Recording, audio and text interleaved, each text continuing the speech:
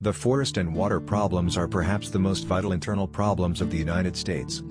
My time was still much occupied with looking after the health of my brigade, but the fact that we were going home, where I knew that their health would improve, lightened my mind, and I was able thoroughly to enjoy the beauty of the country, and even of the storms, which hitherto I had regarded purely as enemies. Learn to draw quick and shoot straight, the former being even more important than the latter. Some of these men are brave only because of their confidence in their own skill and strength. Once convince them that they are overmatched and they turn into abject cowards.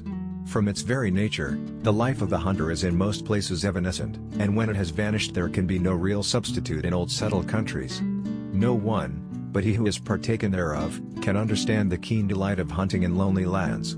For him is the joy of the horse well ridden and the rifle well held, for him the long days of toil and hardship, resolutely endured, and crowned at the end with triumph. Ahead of us the sun was sinking behind a mass of blood-red clouds, and on either hand the flushed skies were changing their tint to 100 hues of opal and amethyst.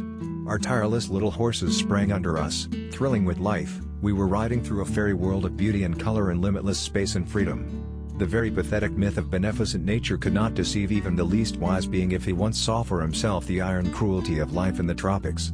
Of course nature, in common parlance a wholly inaccurate term, by the way, especially when used as if to express a single entity, is entirely ruthless, no less so as regards types than as regards individuals, and entirely indifferent to good or evil, and works out or ends or no ends with utter disregard of pain and woe.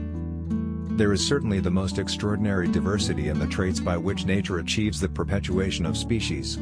Every first-rate museum must still employ competent collectors, but I think that a museum could now confer most lasting benefit, and could do work of most permanent good, by sending out into the immense wildernesses, where wild nature is at her best, trained observers with the gift of recording what they have observed. The conquest of wild nature demands the utmost vigor, hardihood, and daring, and takes from the conquerors a heavy toll of life and health. One of the innumerable mysteries of nature which are at present absolutely insoluble is why some snakes should be so vicious and others absolutely placid and good-tempered.